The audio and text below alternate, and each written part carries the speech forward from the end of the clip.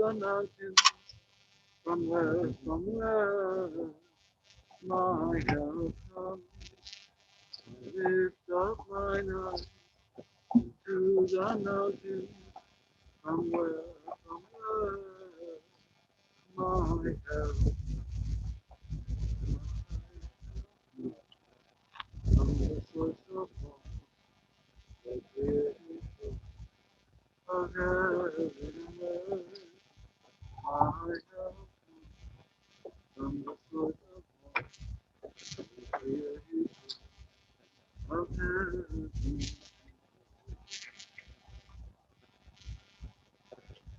What is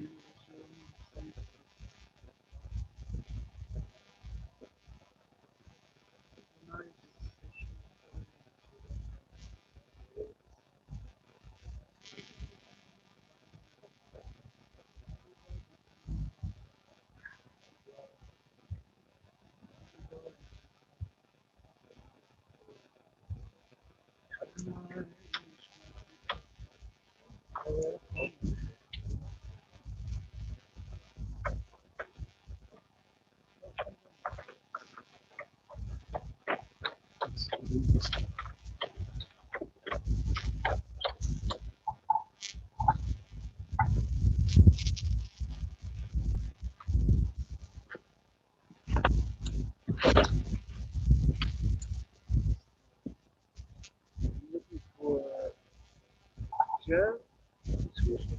Oh, there's Jeff.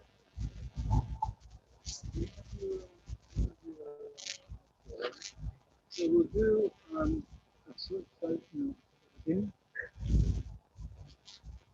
There's a beautiful prayer that consists of numerous verses, biblical verses, expressing um, our sense of loss, but also our sense of continuing faith.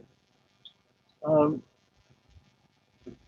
you know, death is in many ways beyond our comprehension, our understanding, and many still can take comfort, in a depth of faith that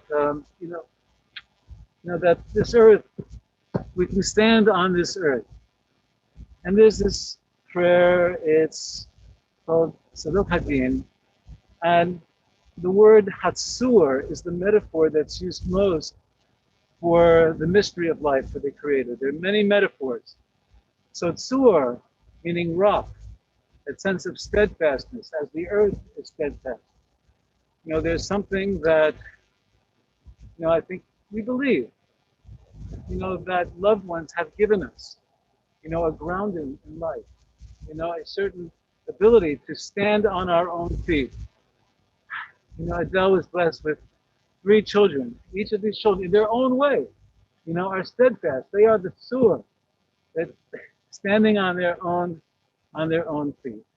And each in their own different ways have made, wonderful contributions to the world around us in different ways.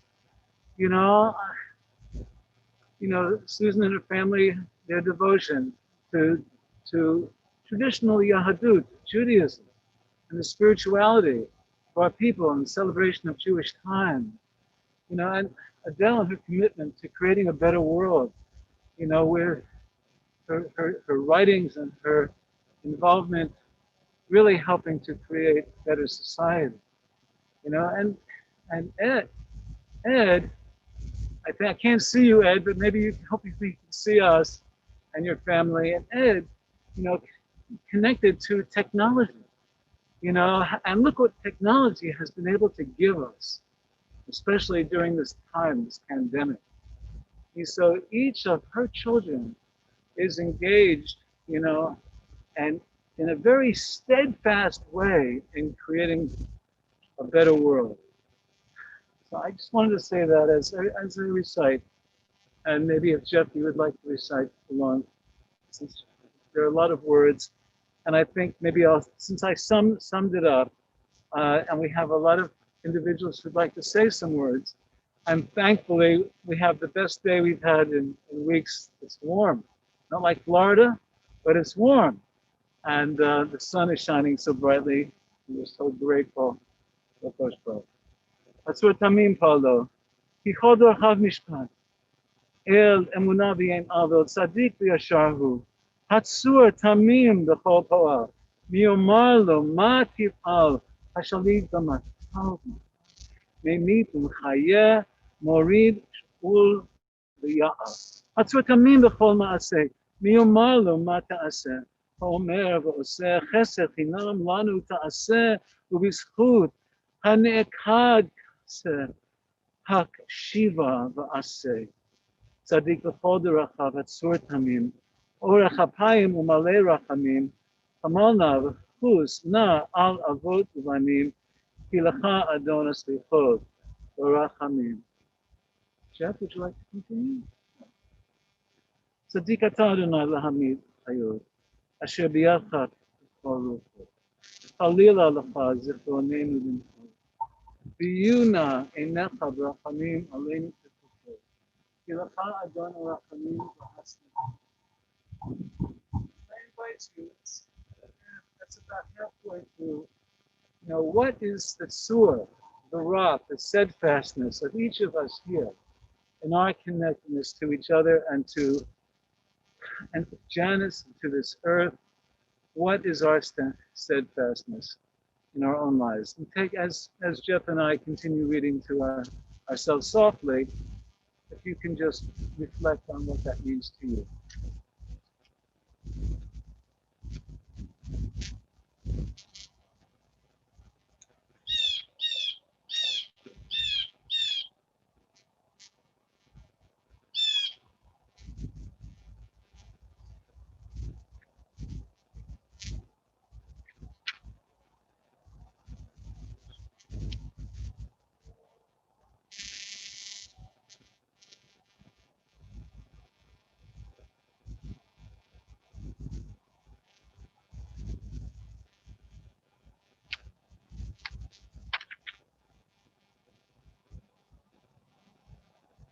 Dayan Han, Shofet Tzedek Deme, Adonai Natan Adonai Lekach, Yishem Adonai Yehovah.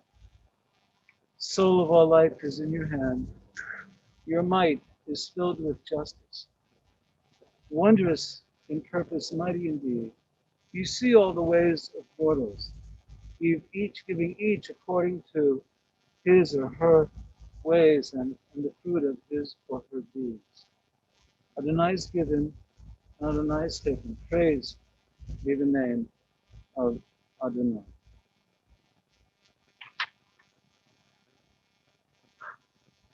If anyone would like to have a seat, and keeping the distance, you're welcome to. If you didn't bring sunscreen, especially, please. I think the chairs are, and you can move the chairs too if you'd like to have a seat. And this is about. I'm trying to project as best I can through this mask. Okay, but feel free if you need to sit, or if you'd like to come a little closer.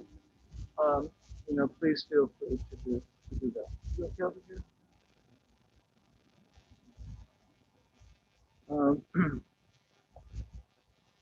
I have a feeling that some of you know each other, and some of you don't know each other here.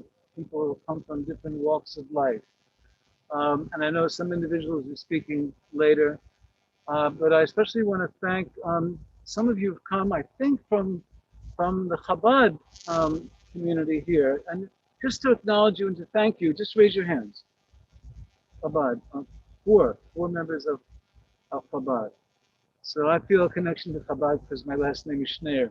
My name is David, Rabbi David, and I had the pleasure, and the honor of serving as Janice's rabbi for a number of years in our community. It was Khalil, where we do honestly on the other side of the river. We're an independent Jewish renewal community, and we were all very sad when she moved, to Madison to live there, be with her son and his family. She lit up our community. in a wonderful way. Every time she came to daven with us, to come to our services, uh, you know, her heartfulness, her smile, you know, her embrace was very very much welcome, and her service in the Jewish community, you know, for many years, also touching so many people and helping so many people. So this is how I come to be here. This is how I know Janice, remember Janice. We spoke about her at our services last Shabbat. Um, so there are a number of members of the family who would like to share words of remembrance, tribute, and I think we're going to begin with Susan.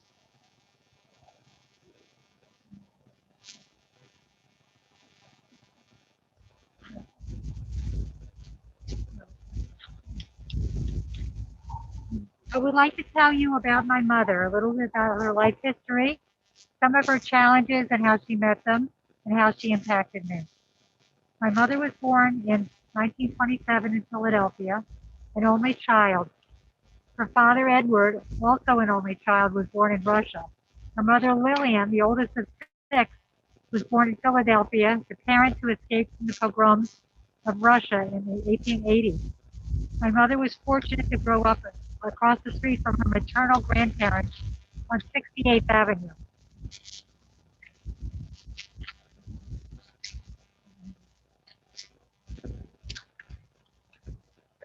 Technology. Here we go. Okay. She was very close to her father, who was an electrical engineer and owned Paramount Electric Lighting Store on Arch Street. He tried patiently to help her with math and science and was hoping she would follow in his footsteps, but her interest lay elsewhere. She credited him with helping her find her path in life and told us that he drew her out by asking her what was most important to her. When she told him to help people, he put her in touch with his cousin, Ida Namaroff, who was a social worker in a resettlement office in New York City, and they developed a close relationship. My mother was devastated when he died suddenly when she was 15, but her life direction had been set in motion from those talks with her father. She received her bachelor's degree at University of Pennsylvania and continued to Bryn Mawr in Columbia to complete her MSW. My mother married my father shortly after World War II.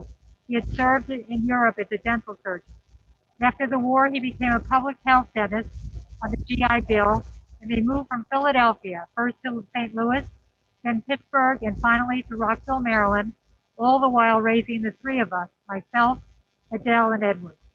She worked in several adoption agencies, but the majority of her career was spent at the Jewish Social Service Agency in Rockville, where she was a clinical social worker. In the 1970s, she discovered Murray Bowen, whose family systems theory intrigued her. She began team learning with him and incorporating his family systems approach into her clinical practice and into her personal life. She did extensive research on her family, mapping out her family tree, and began contacting relatives to try to discover patterns in her family. My parents brought my mother's mother to live with them the last few years of my grandmother's life around 1978. My mother ended up caring for both her mother and my father, both who were ill, and lost them both within a year of each other. She moved to Madison, Wisconsin in 2014 to live near Edward. I want to thank you, Mother, for raising me, for inspiring me, for encouraging me to think myself for myself and be true to myself, and for implanting in me the values that I live by today. I see so much of you in me. You are a truth seeker. I am a truth seeker. You saw the inherent good in people. So do I. You always opened your home to everyone for them to partake in your hospitality, to help or give encouragement to people who were lonely or needed advice. I find myself doing the same. You always believed in the intrinsic worth of every person and that the uniqueness of every individual must be recognized and cultivated. Like your father, you were able to discern the unique talents and inner drives of your children and to encourage their development. It is a testimony to you that your three children developed in three different directions. Adele, a historian, Ed, a physicist, and me, a musician and Torah observant Jew. You were always a champion and supporter of all of our endeavors. You had a very strong moral character and ethical framework. I enjoyed countless discussions we had together well into my late teens about the big philosophical and moral dilemmas of life. You were an intellectual. I could get lost in our house for years because of all the interesting books on every subject. You are a lifelong learner, and so am I. University of Pennsylvania, Bryn Mawr, and Columbia were only the beginning, were followed by classes at Bowen Systems Theory. Later in life, you enjoyed Ollie, the adult education classes in Maryland, and Plato in Madison, where you took an array of subjects. This was in addition to all the private projects in learning you always had going in areas like health, nutrition, spirituality, and science. You had a love of music, theater, and art. Your Uncle Morris played piano very well, by ear. I remember him playing and singing when I was a little girl. Your Uncle Ralph played piano and banjo, and Uncle Sam the guitar. Your cousin Phyllis took piano lessons and was quite accomplished, but somehow the musical gene remained latent in you. You told the story that you had either five piano teachers in 6 years or six piano teachers in 5 years. You couldn't remember. But it didn't matter much because one day you told your mother that you had a dream that the piano teacher was dead in the living room. And she said, "That's it, enough with the lessons." That didn't stop you from loving music, and you took me to many concerts as a child. I became a professional violinist. All four of your grandchildren were proficient on the violin, and one became a professional violinist. The most important things in your life were your relationships, being connected to people. You were a good listener, always there to help others overcome difficulties or share in their joys. You had very little interest in material things. People were what mattered to you, and people liked you. You never ended a conversation, either in person or on the phone, without your best wishes for the person you were talking to, for success with an endeavor, or to enjoy something they intended to do, or to have a positive resolution to a challenge they were experiencing. Your family always came first. When I was a little girl and asked what I wanted to be when I grew up, I looked to you as a role model and said, a mother. You maintained close contact with your children and grandchildren, were always involved in all aspects of their lives. You had incredible strength and perseverance, especially in the face of adversity. You were my role model in developing these same traits in myself. Whether it was your father's untimely death when you were 15, being a widow for 40 years, your diagnosis of stage 4 lymphoma at 79, your declining health over the past 3 years, and the isolation of COVID these past 10 months, you didn't complain. You remained upbeat and grateful for the good things you had, looking forward to a good life with the people you love. You had a remarkable resilience, an ability to make the most out of what you were given, and a way to see only good in the world.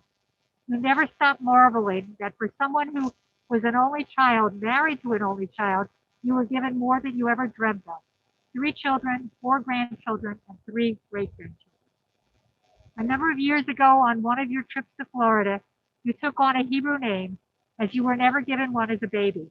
My rabbi, Rabbi Becker, who was helping you select a name, explained that a name reflects the essence of a person, or an ideal to which a person can aspire. He asked you what your greatest wish was, and you told him to have wisdom and peace. Hence your name, Bina Shlomith. Bina means insight, appreciation of wisdom, and Shlomi from shalom means peace and completeness, inherent in close family ties and friendships. Mother, I think you have gone a long way in achieving what has always been dearest to your heart. I love you for giving me everything from that beautiful heart of yours, and I love you just because you are you.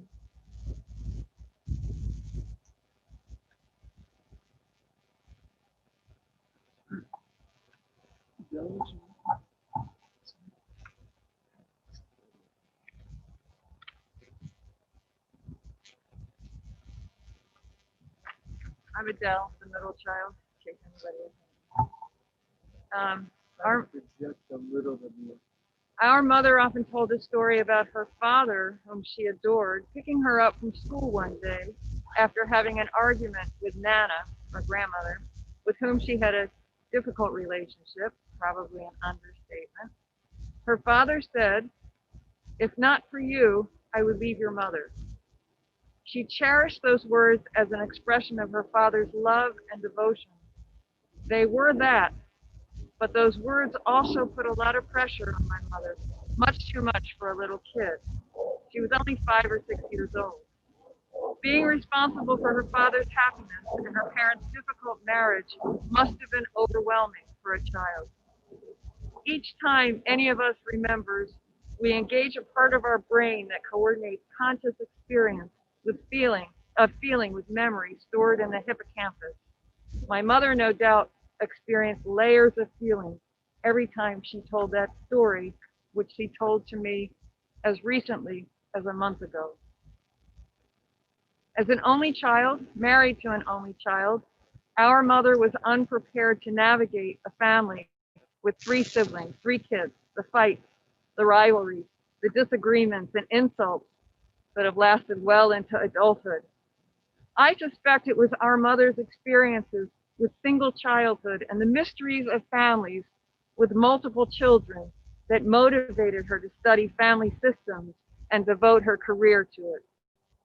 At the end of her life, her 3 children were able to put aside the Michigas and love her together for who she was. I'm enormously grateful for that, as I know our mother was too. She was a good person, kind and generous and genuinely curious about people. And most of all, she was not an elitist. My earliest childhood memories of my mother involved her teaching me to read before I entered kindergarten. I could read the newspaper phonetically before I understood the meaning of the words on paper. Maybe that's part of why I ended up a writer and a teacher, teaching my students about the power of words expressed by people long ago to explain the world they live in.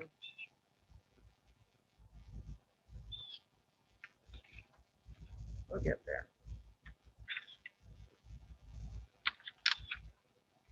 I think it's the cold. My mother took me to my very first political demonstration. It was 1968, the summer after Dr. King was assassinated. King and his SCLC, the Southern Christian Leadership Conference, had been in the midst of planning the Poor People's Campaign when he was assassinated. After he was murdered, the SCLC set up Resurrection City on the Mall in Washington, D.C. For some reason, unbeknownst to me, I was the only one of the 3 kids who went. We went with Barbara Roberts, our next door neighbor, and one of her daughters. That experience made me want to find answers to a lot of questions, the same kinds of questions I would explore as a historian. For instance, why were grown men carrying signs saying, "I am a man," when it was self-evident that they were men? My mother told me that when she and Dad were living and studying in New York City before the kids came along, she got involved with a Trotskyist group that met somewhere in the Bronx. She didn't exactly join it, but she went to a few meetings, and she didn't tell Dad. My guess is that they were too left-wing for her sensibility. In 1983, I dragged her to the 20-year anniversary of the March on Washington. She was initially afraid to go because she thought there might be violence. Change, she said, should be gradual. Not long after, I came across a t-shirt with a green turtle on it that said "gradual change," and I gave it to her. And for the rest of the Reagan era, gradual change was a running joke between us. Of her 3 children, I was the only one she took to hear Pete Seeger every year when he came to town. I've often wondered why she took me to Pete's concerts and to the Poor People's Campaign as well. Why not my siblings too? I asked her once, years later, but she didn't have an answer. Is it possible that she chose me, the black sheep of the family, to represent a sublimated part of her life? I guess it wasn't surprising that I was the one who ended up on the left wing of the political spectrum, while my eldest sister is on the right and my younger brother is somewhere in between. 17 years ago, while I was laid up with a traumatic brain injury, there was no communication between us. Except when I learned about the cancer, I called her, but I couldn't be there for her. In 2010, after 6 years of estrangement, and after I had recovered more or less from my injury, my closest friend, my partner, urged me strongly to call my mother and go see her. In Senegal, where he's from, there's no such thing as children not communicating with their mothers. I called her and we met in Philadelphia for brunch. That was followed by visits to Maryland. We took trips to Costco for salad and fish and that liquor store near Trader Joe's for wine. I prepared girl food dinners and our ritual always included sharing a roll. Those dinners lasted for hours, and during those lubricated talks, we got to know one another as adults. We talked about everything.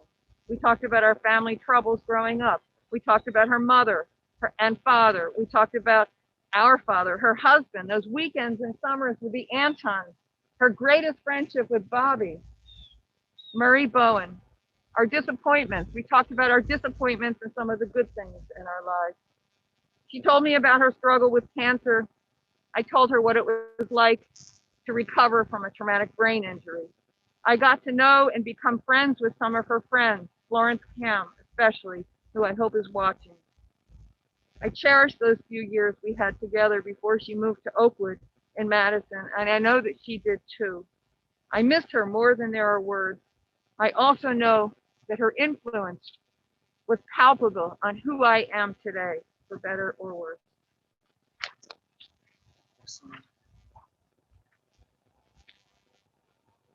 I have Edward. You do? Okay. You want to read it, or do you want me to read it? Oh, please. And Edward, any of the grandchildren? Yes. Yes. All of the grandchildren. This is my brother Edward.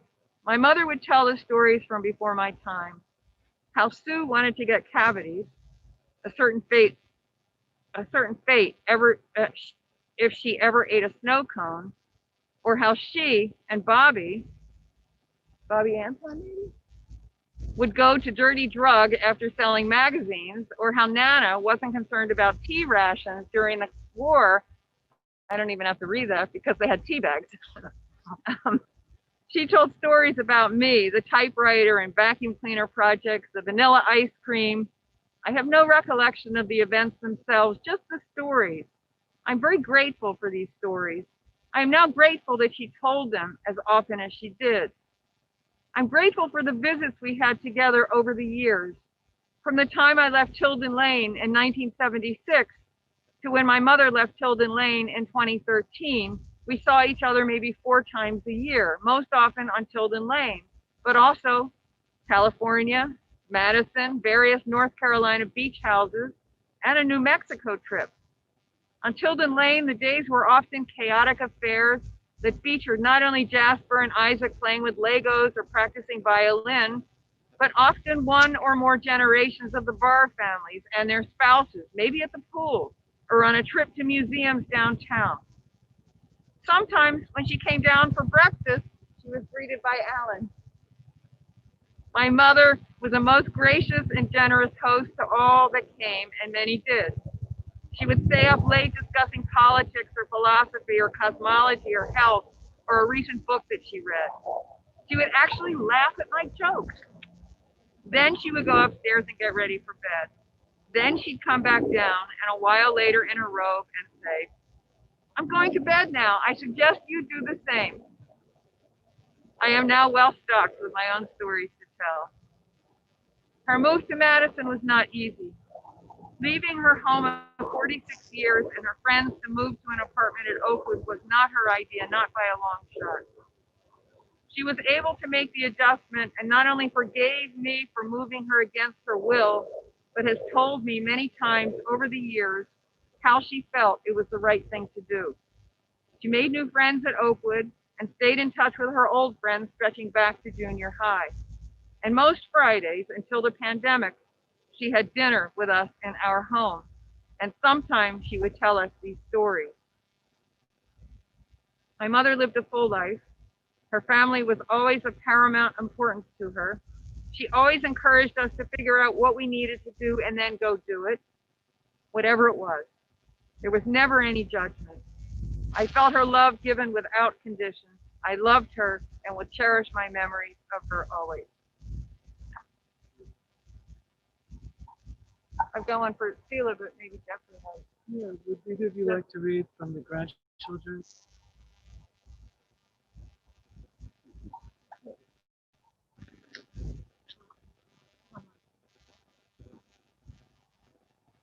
This is from our son, Aaron.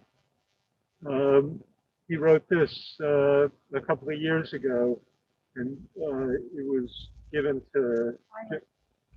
I got a message that the streaming stopped. No?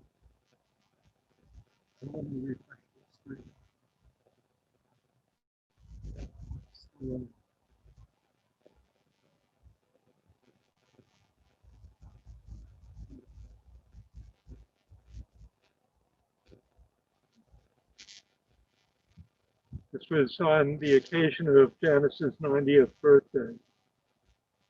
I remember when I was 7 or 8 and you were taking care of me at your house. Maybe I had just come back from summer camp and you had just gotten your first personal computer. And we were at a video game store and I convinced you to get me Mortal Kombat. Combat spelled with a K. And you figured it was an okay game for me to play. So you bought it for me. Well, you were wrong. It was called Mortal Kombat. Combat was spelled with a K, Grandma, and I could rip somebody's head off their body along with their spine. In a movie called Fatality, it was glorious, and you got it for me. Thank you. I can't believe that you're 90 years old now. Again, this was 3 years ago. You've been here 3 times longer than I have, much longer than any one of your children and grandchildren and great-grandchildren, obviously. You are the point that we all spread from. You've been around my whole life, and we've never lived in the same state. My birthdays, bar mitzvah, my wedding, Nolan's bris, Hanukkahs, Passovers, Shabbos, family trips, Yellowstone. Remember the pink flamingos?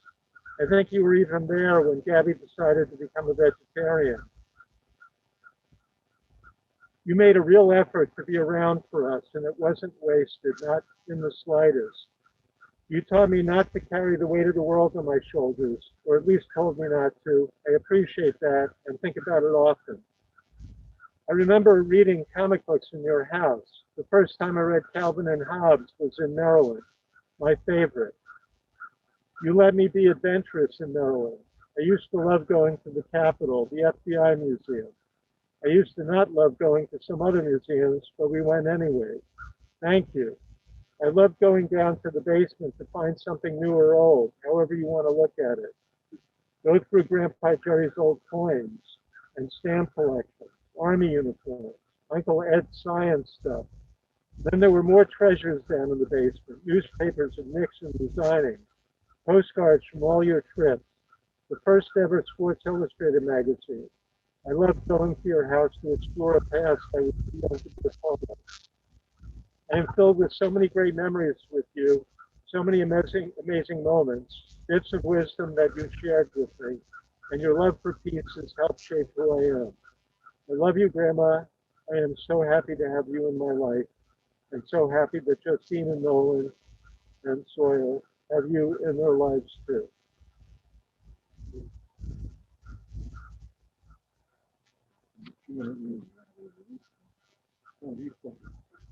Just like to mention that many of you know, but some of you don't, but Janice is blessed with these. I want to offer the names of her grandchildren.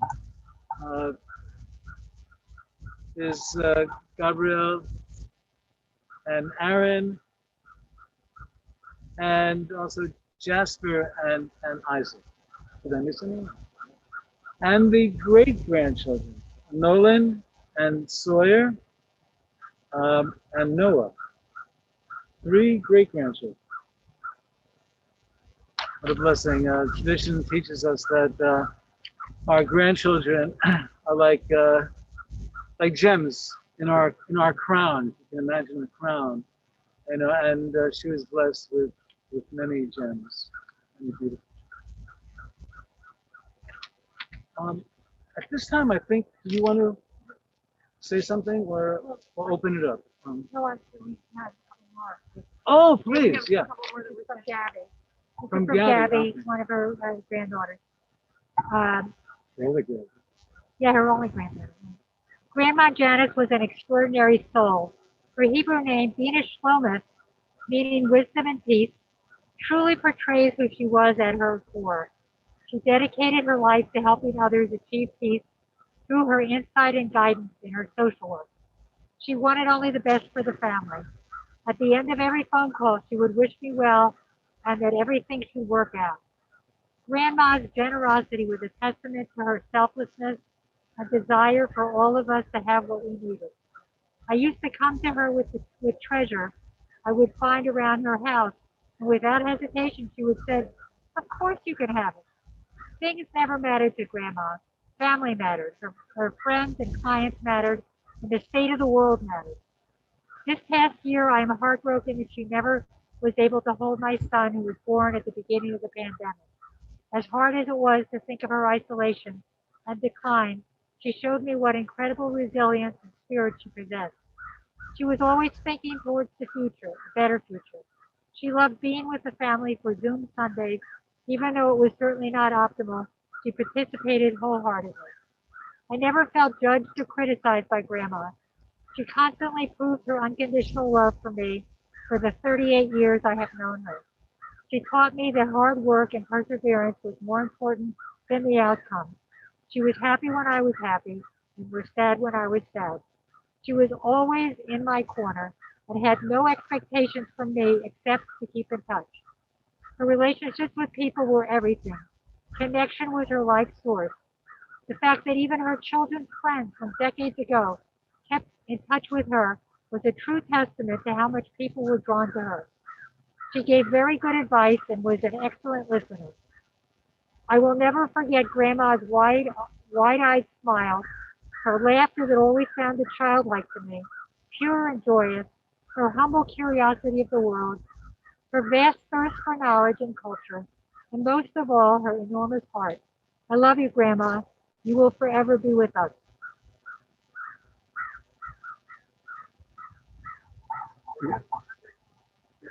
Please. The first, Sheila said, I was lucky to have such a wonderful mother-in-law.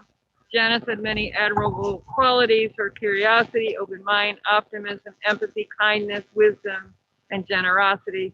I hope these qualities and her memory will continue to inspire and guide me in the future. Thank you, Janice. And then I have two more. Jeffrey, do you want to read one? I've got Jasper and Isaac.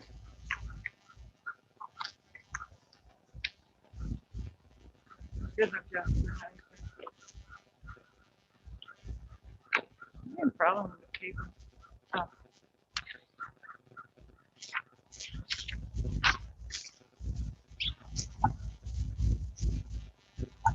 This is from Jasper, who is Ed's oldest son. Grandma was an important part of my life since before I can remember. From my early memories as a little kid visiting her on Tilden Lane to the phone calls we had throughout my life, she always inspired me with her positivity, compassion, and wisdom. I know she went through many difficult times, but her outlook on life remained happy and strong. When I go through difficult times, thinking of Grandma and our conversations has always inspired me to see the good in things and to stay positive. I feel very blessed to have had someone as inspirational as Grandma to look up to and to aspire to.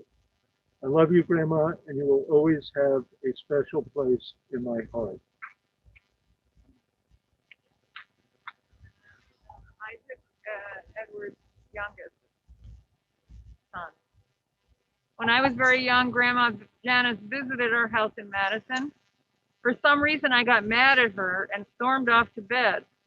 Unfortunately, she was returning to Rockville early the next morning, and she would have been my last goodbye, and that would have been my last goodbye until our next visit. Luckily, I was able to say goodbye. I don't remember if Ed woke me up or I woke Ed up, but I remember Ed carrying me swaddled in a blanket out the door just as Grandma was getting in a taxi, and I was able to say goodbye. I don't know how to write a eulogy. I have never been to a funeral, but writing this, my mind goes back to being carried outside just as Grandma was leaving. This is how I would like to say my one last goodbye. I've been reading Grandma's book of letters that she received for her 90th birthday. There were many common themes that I almost never thought about, qualities about Grandma that are so inherently Grandma, so obvious that they are easy to forget. It is obvious how important family was to Grandma. When Grandma lived in Madison, she would come to our house almost every Shabbat, braving Mount Everest, what she referred to as our staircase. And when she reflected on what she was grateful for that week, she always mentioned how grateful she was to be with us. It is obvious how much Grandma valued education. She was always reading something. She always has, and probably always will, had a child, a grandchild, or great-grandchild in school. It is obvious how generous Grandma was. She gave everyone she knew gifts.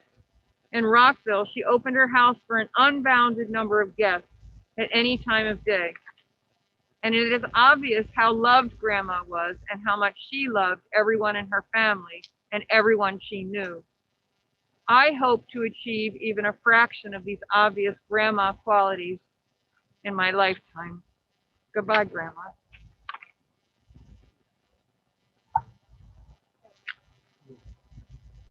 This is from me. I'm Jeffrey, Sue's husband.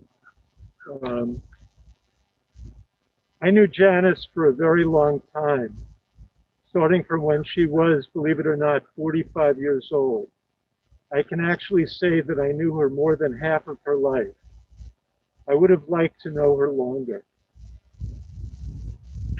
I liked Janice at once when I met her. I had heard from Sue a great deal about her and the rest of the family for many months before I met them. I sort of had an edge over them when we met because I knew a lot more about them than they did about me. Janice was always warm, easy to talk to, and often a source of valuable advice. Sue's, Adele's, and Edward's friends would come to visit them, only to end up sitting and talking with Janice at the kitchen table. In later years, I watched as my own kids developed their own individual relationships with Janice, getting from her the same type of emotional support and wisdom she gave to the rest of us. Janice had a wonderful smile. She seemed entirely guileless. She was always down to earth, never pretentious. Both Jerry and she had very strong moral codes, but where Jerry might be dogmatic and judgmental, Janice also had high expectations but was understanding and empathetic. Janice was really the heart of the Oltman family. Jerry and the kids seemed to operate in an orbit around her. She was not controlling, but kept everyone in line, sort of, with a gentle hand. She was a family therapist, in all likelihood, due to her strong sense of family and shalom bias, peace in the home. She seemed troubled and a bit mystified by conflict. Not that it existed, but that those in conflict did not always do their utmost to resolve it. Janice was not insulated from trouble. Her life with her own mom after her dad died could not have been easy. From what I have heard, Lillian was judgmental and strict. Life with Jerry also had its ups and downs, especially when Jerry was in ill health. Janice took Lillian into her home when it was necessary, and she made some difficult decisions regarding Jerry's health. Yet none of this daunted her.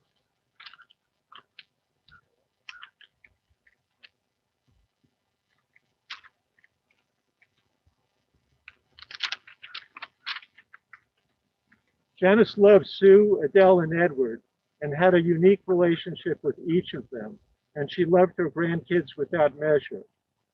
She was very generous. I remember many, many trips that she took all of the family on, and am very grateful for that. She had a very special distinction. I think she was one of the few people to always get me gifts, like on my birthdays, which I loved and kept. She not only had great taste, but either shared my sense of taste or knew what mine was. She was a very capable cook. I always enjoyed her meals. Janice liked a good party and knew how to have a good time. I always enjoyed going out to eat with her. She didn't drink much, but did take a glass of wine or sherry. For a few years, she and I would share Harvey's Bristol cream. She always was a good sport, exemplified best by her going camping with me, Sue, and our kids out west in some national parks. She slept in a sleeping bag on the ground in a tent with the kids. It was very painful for me watching Janice deteriorate. It was slow, and so it gave us some time to deal with it. I think it also gave her some time to deal with it. But despite the gradual loss of parts of her physical and mental being, she had a gift that held her in good stead through the process, which is that her ability to engage with us never diminished until the very, very end. In those last Zoom calls, I could not avoid comparing her present state with the woman I had known for so long. Despite that she had made it to 93 years old, it seemed tragic to me how aging eventually robbed her of so much, but it never took away her loving smile. Janice was a great lady, and I will miss her.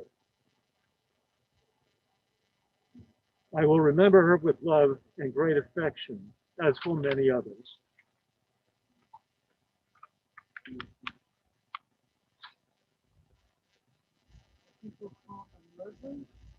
A dear friend of the family for years. You can come, maybe they'll stand a little back a little bit, and would you like a chair? I'll give you a chair for you.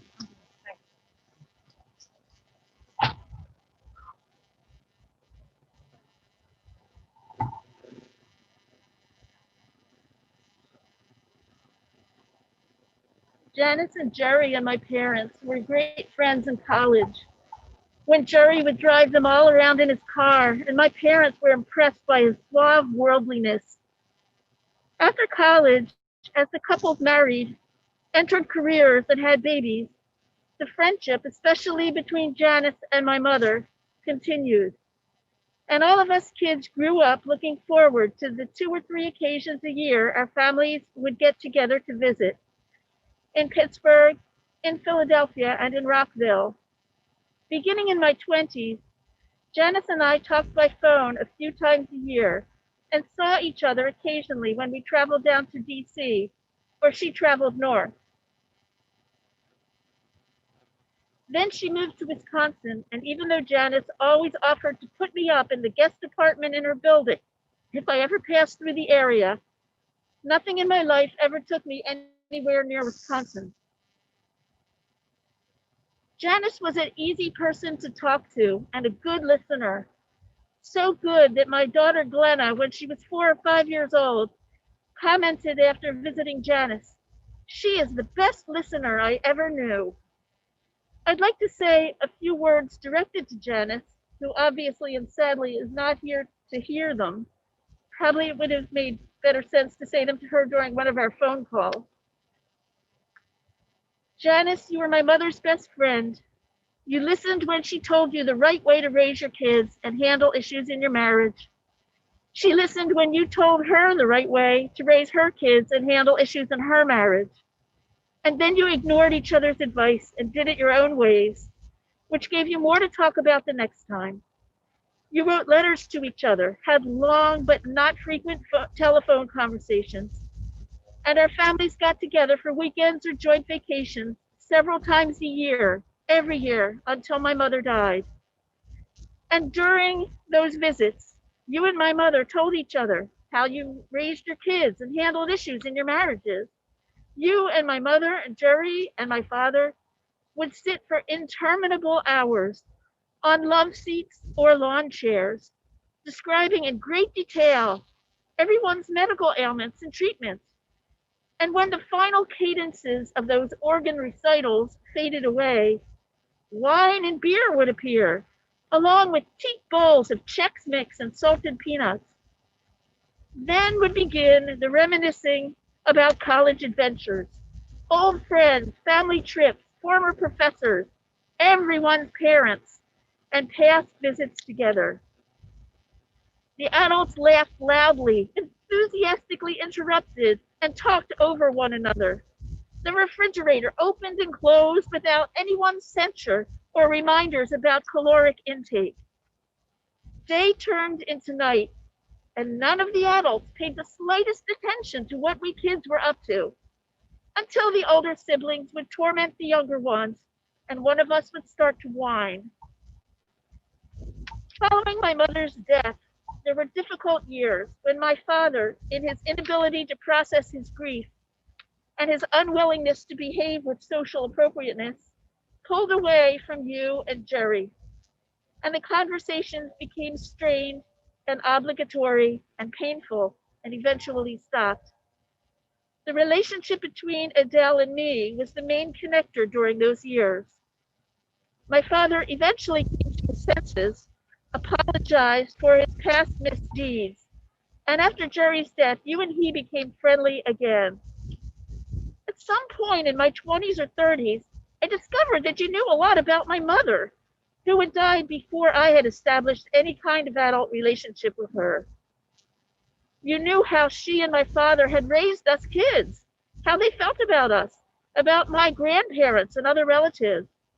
Funny stories about the four of you at college, tales about childhoods, and details about my parents' hopes and dreams, challenges and triumphs.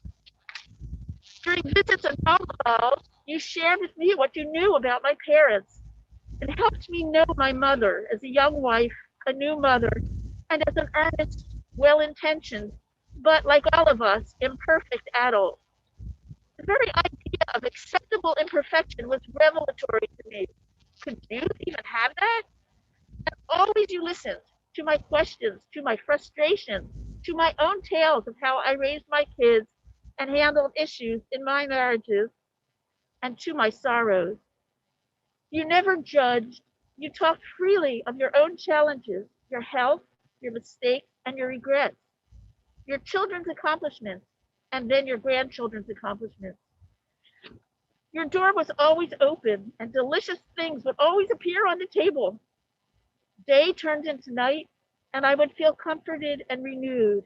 A mother's love, perhaps even some of my own mother's love, adult wisdom, the kind of non judgmental acceptance one only gets from other people's parents. And at the end of the evening, the rest of the dessert was sitting next to me in the car during the long drive home. Thank you, Janice, for all your good listening, your insights into the past, acceptance of the present, and hopefulness for the future. I've never told you this before, but I want to tell it to you now. It was Sue and Amy that took Edward's Captain Crunch. For Adele, Sue, and Ed, you'd hardly know to look at us, but we're getting up there in years. We're giving our own lengthy organ recitals now. We have our own lives in our own far off corners of the world. The five of us Oltman Anton offspring don't share many adventures anymore. Maybe an occasional holiday card or phone call. Sometimes, like today, major rites of passage. But what we shared in the past has given us a huge and treasured collection of stories.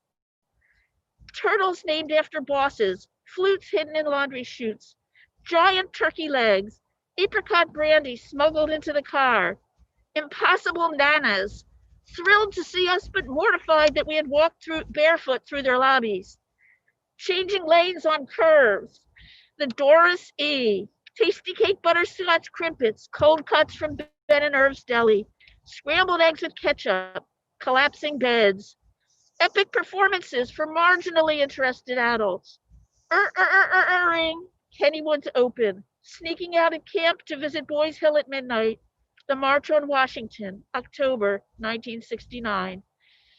And of course, the famous sauerkraut from the bottom of the barrel story.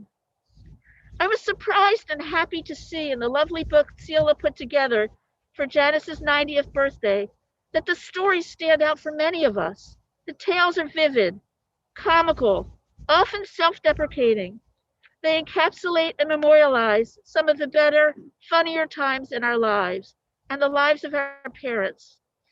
They also contain, when we choose to look, the shadows of our imperfections and our misfortunes. As the characters in the stories, we are forever bonded together, and our lives, our antics, our frailties are forever preserved. It's on us now to continue to share these stories with our children, friends, grandchildren, and with each other, to pass on to the succeeding generations who care to listen, familiarity with our childhoods, knowledge of our parents and other family members, and understanding of the events that made us the adults we became. There's Jewish traditional words of condolence. Zichrona livracha. May her memory be a blessing. With the recent death of Justice Ruth Bader Ginsburg, we learned that sometimes women who fought for their rights and safety, it is said, may her memory be a revolution. If I could propose the best words for Janice, they would be Zichrona lerafua. May her memory be a healing. Today we say to Janice, who is leaving, and to each other, who are together only briefly and occasionally, what we always say, with a laugh, when we don't really want to say goodbye, when we hope we'll be together again, and we're being careful not to burden the moment with uncertainty or the sorrow of separation. Bye, dear. Take care.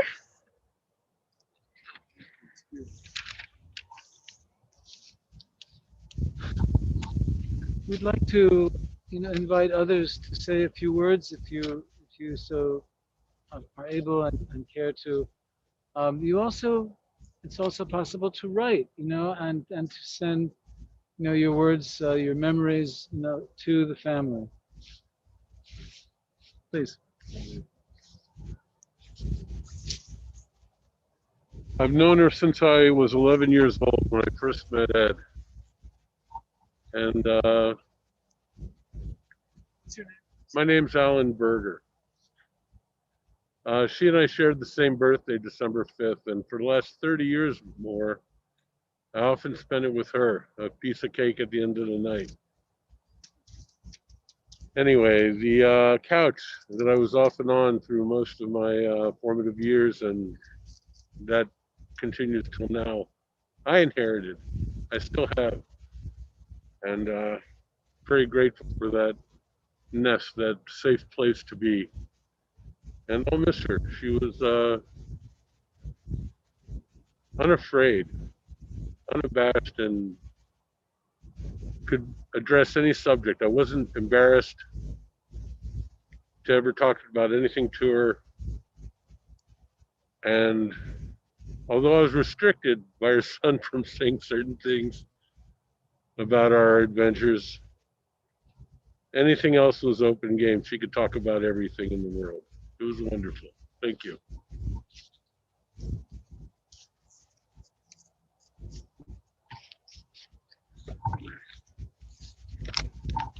We'd like to continue,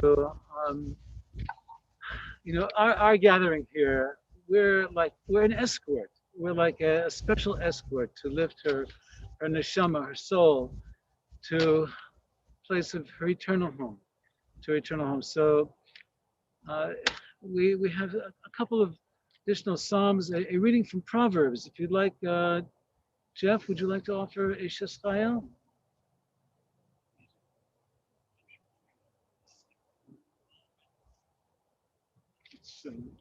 Hold it for later.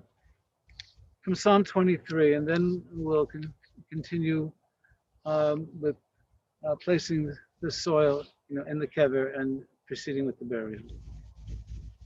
From Psalm 23, God is my shepherd, I shall not want, causing me to lie down in green pastures, leading me beside the still waters, restoring my soul, guiding me in straight paths.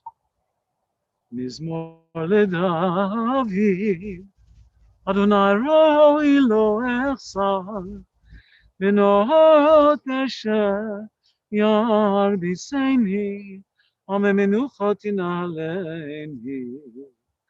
Nafshi yeshovet, nafshi yeshovet, yancheni v'maglet tzedek leman shmo. Gam ki elech megetz al mavet. Lo ira ki ata imadi, shivtecha umishantecha, shivtecha umishantecha, hema yinachamoni, v'taroch lefanai shulchan, Taroch lefanai shulchan, taroch lefanai shulchan, neged zohorirai, v'shanta v'shemen roshi, kosi revaya. Shanta v'shemen roshi, kosi revaya. Achtov, Achtov v'chesed, yirdefuni kol yemei chayai, mishavti bebeit Adonai, mishavti bebeit Adonai. Leores Yami.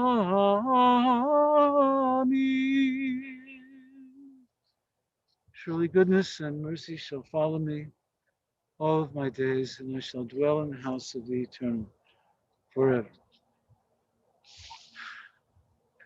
It's now time to place some dirt in the kever, and I'd like to invite her daughters, perhaps Susan first, and Adele, and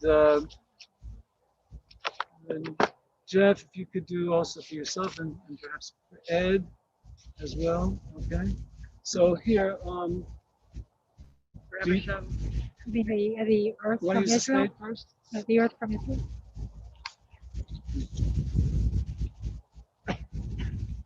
You want to use this first? Or? No, I'm not gonna. You're not going to do it at all? No, I would put some earth in there for the Israel. Oh, okay.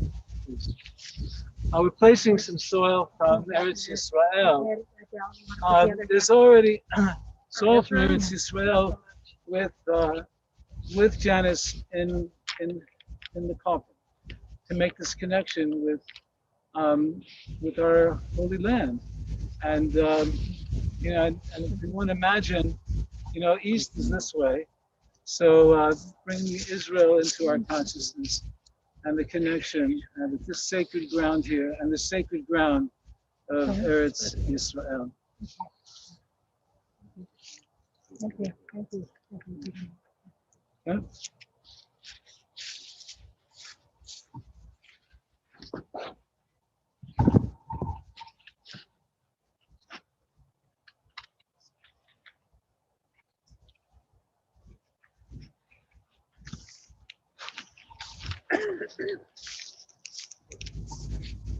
Many of you know there's a tradition of reversing the spade or the shovel like this to show our reluctance to say goodbye.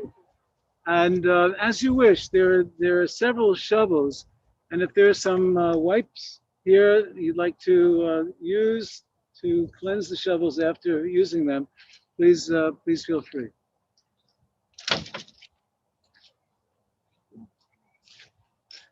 And then after, just place the spade or the shovel back in the dirt to the next person. And as we're doing this sacred act, I'd like to share a song in the tradition of Pete Seeger. The tradition of Pete Seeger in English, of course. If you'd like to chant along, please feel free.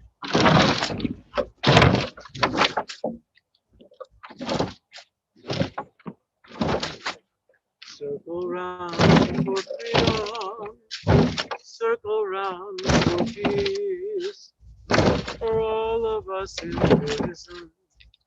Circle for release, circle for the planet, circle for each soul, for the future of our children.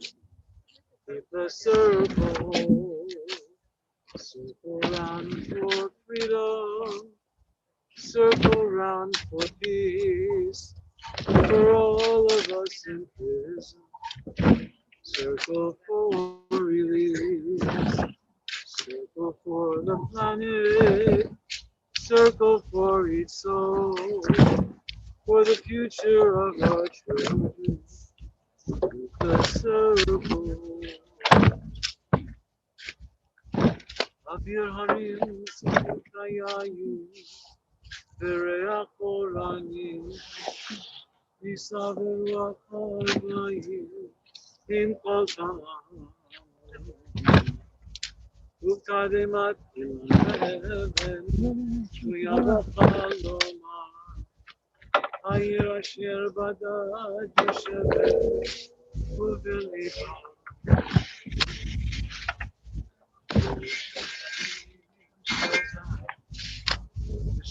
Koshet v'shalom, alolecho shirayim, Yerushalayim Shabbat, V'shon Koshet v'shalom, alolecho shirayim,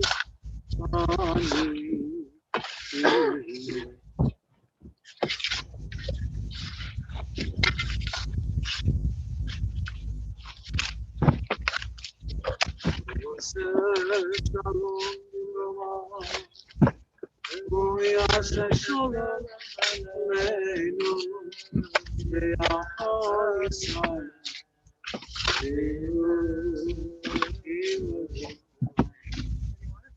Yaseh Shalom Yiromah, Yaseh Shalom Aleinu, Be'achar Yisrael.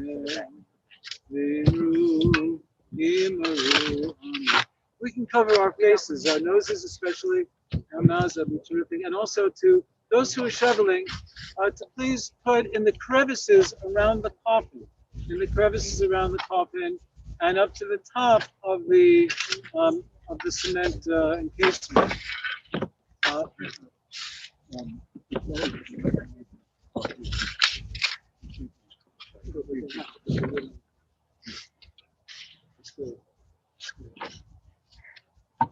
Okay, after we cover the top of the coffin, then as I understand the rules of the cemetery, we need to then place the cover on top of the coffin, and then we can continue to cover the grave.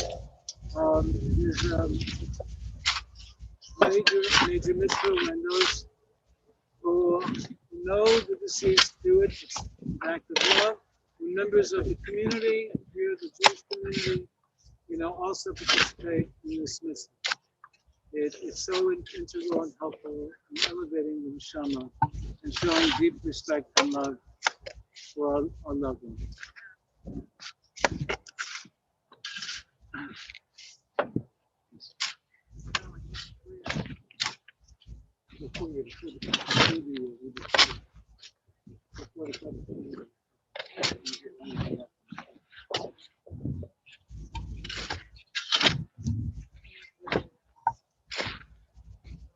A little more on the side here.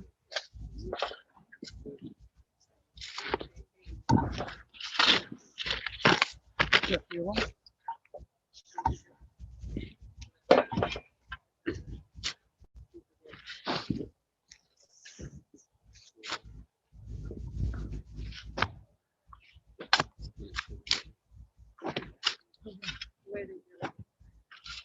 No, we're just a drop in that corner. Exalted, compassionate one, grant infinite rest in your sheltering presence among the holy and the pure to the soul of Adele Oltman, who has gone to her eternal home. Merciful one, we ask that our loved ones find complete peace in your eternal embrace. May her soul be bound up in the bond of life and she rests in peace. Let us say amen. Okay, I'm going to do the El Malay Rachamim Shochen Banrohomim Hamitzei Menucha Nechona Tachat Kanfei HaShechina B'malot Kedoshim Utahorim Kizor Kiyam Asirim Et Nishmat Bina Shulamis Bas Edward Veleya Shalcha Li'olama Began Eden Temenuchata Began Eden Temenuchata Ana Varachamim Astireha B'Seter Kinafecha Li'olamim Utzror B'Tzror Achayim Et Nishmata Adonai Unachlata Tanuach B'Shalom Al Mishkava V'Nomar Amen.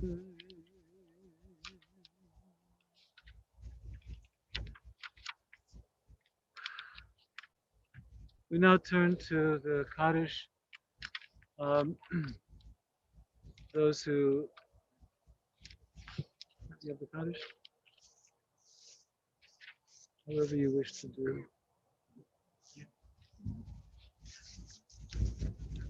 And say, where is? And you have yours. We'll offer the Kaddish that is Just the Mooner's Kaddish. Yeah, Mooner's Kaddish.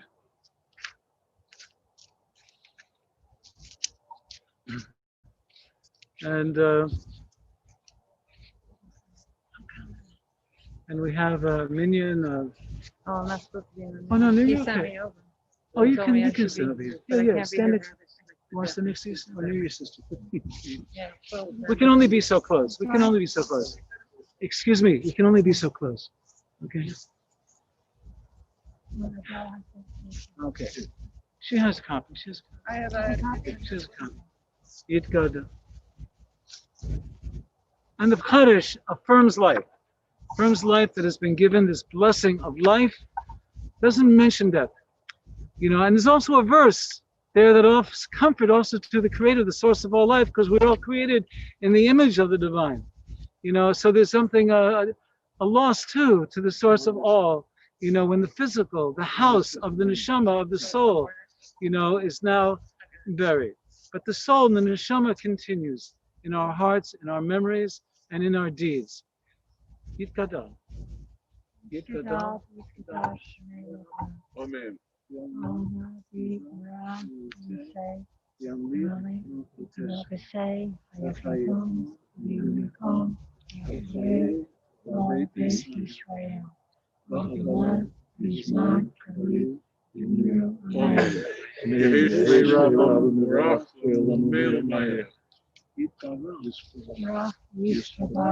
Yisrael, Yisrael, Yisrael, Yisrael, Yisrael, Shanei Kudisha, Yisrael,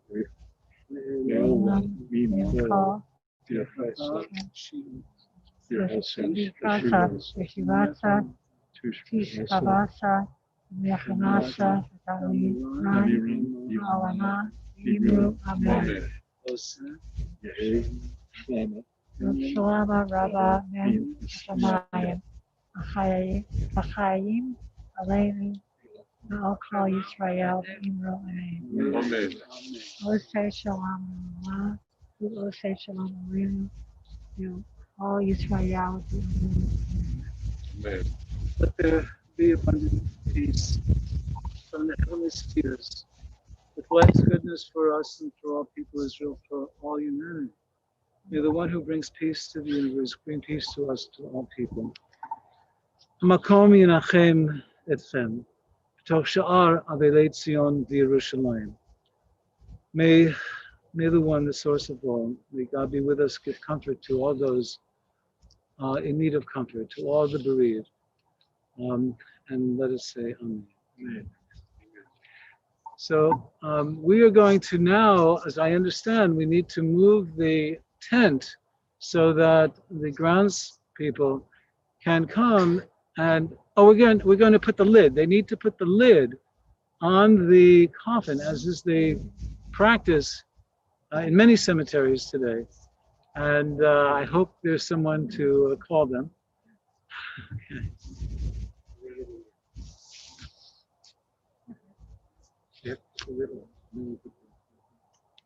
There he is. Oh, they're there. Okay.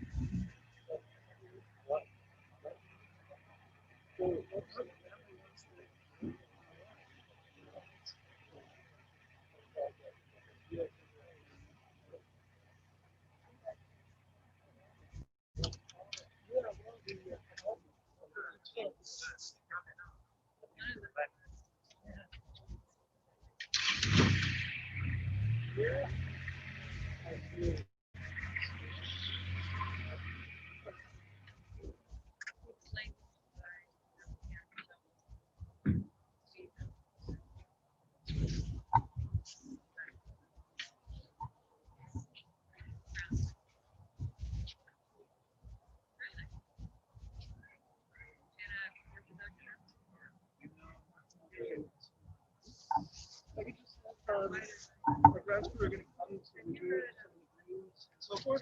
So just when the doctor does come in, I'm just going to have everybody kind of step back from the tent area.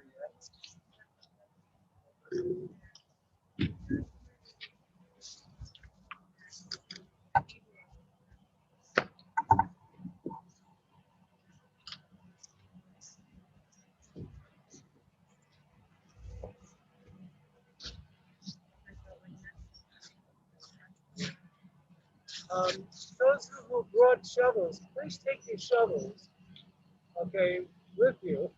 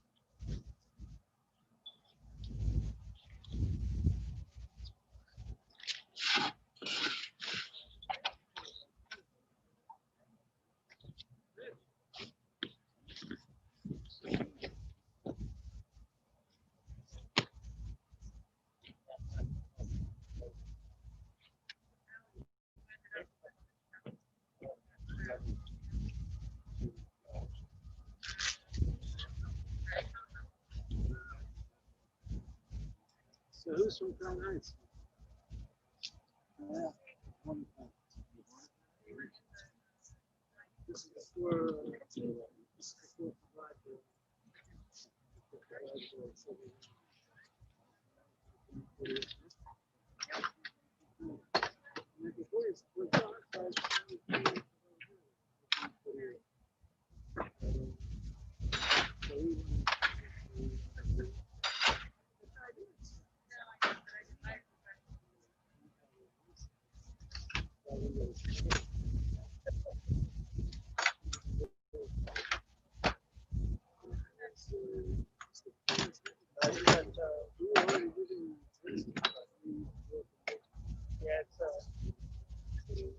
I think it might be the Rap House. Brother, did you bring a trowel? What? Oh, yes, I'll use a small shovel.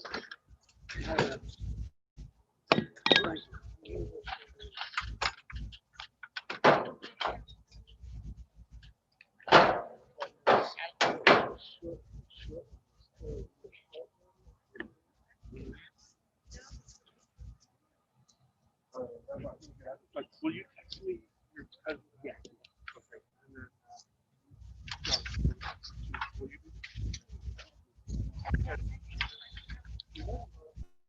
okay. All right.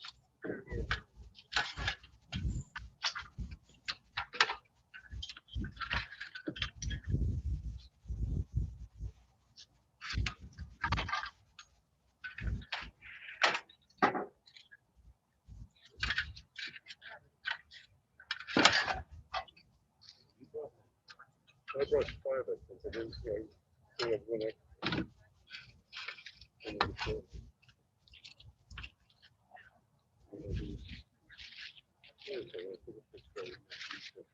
Oh, yeah.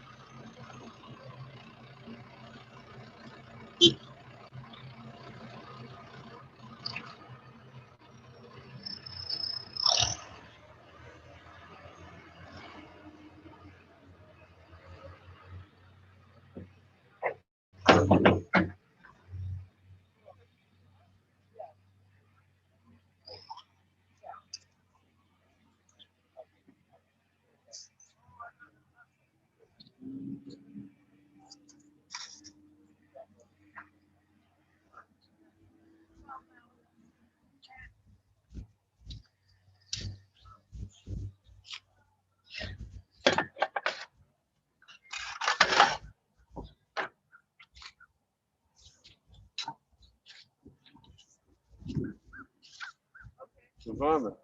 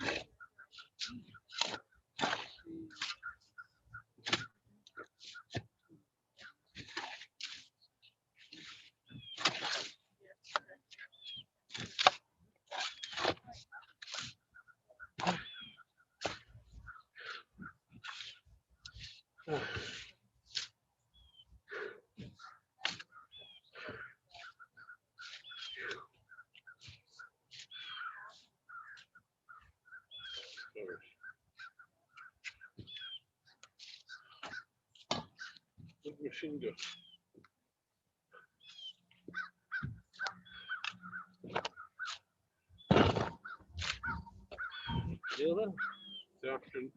That's after it's covered, the machine can do the rest, right? Huh? After it's covered, the machine can do the rest, right?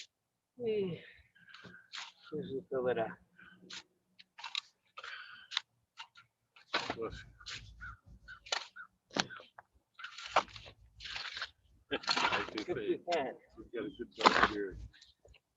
Even with this recovery. Yeah, you're right.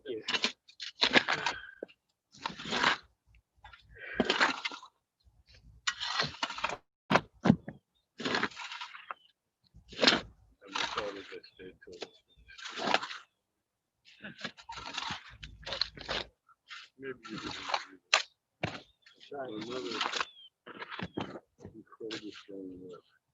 Pasaya, is where? What? Pasaya. Yeah. You Yeah. left it coming back. Well, he demanded to be cremated. And I took it back to the house. So it's easier. Also, good at so when I stick out, it's on the 15th. Right. Give me a piece there. And I wonder, don't you stick out it from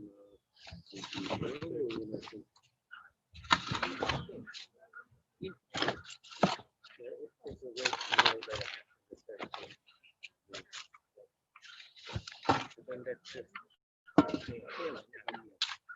you could say look,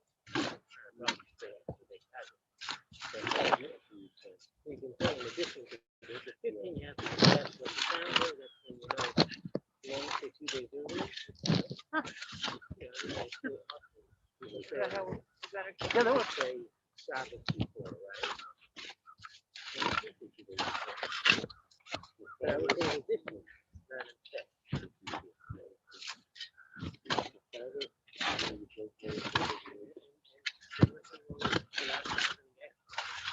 sorry. Okay.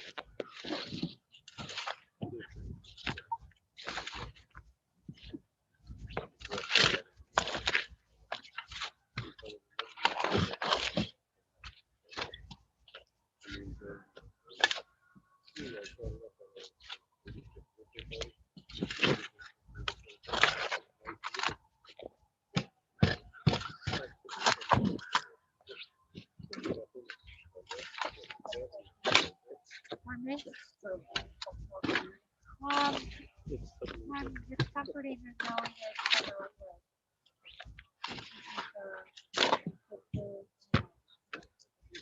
so it's more, it's not for me really, it's for my mom. Sorry? I would like to see him. And it's going to be right here. So very He's going to be Space. and my daughter was in New York, so we drove up. We had a baby, we drove up to the beach, and I knew the part of it was going to be promised, so that's how we drove. And we drove to the beach. sorry. That's okay. There, and that's sort of a lot better. I knew I had a feeling I was going to see. So we did.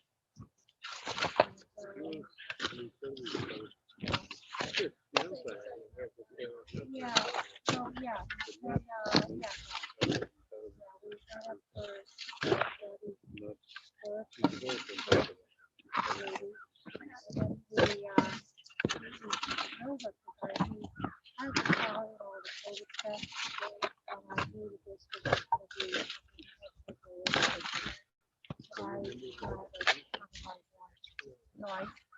we drove and then we drove to see my mom. Oh wow, that's so good. We got there and in the camper. No, we drove in the car. And while we were there, we walked down. We stayed there. We walked down.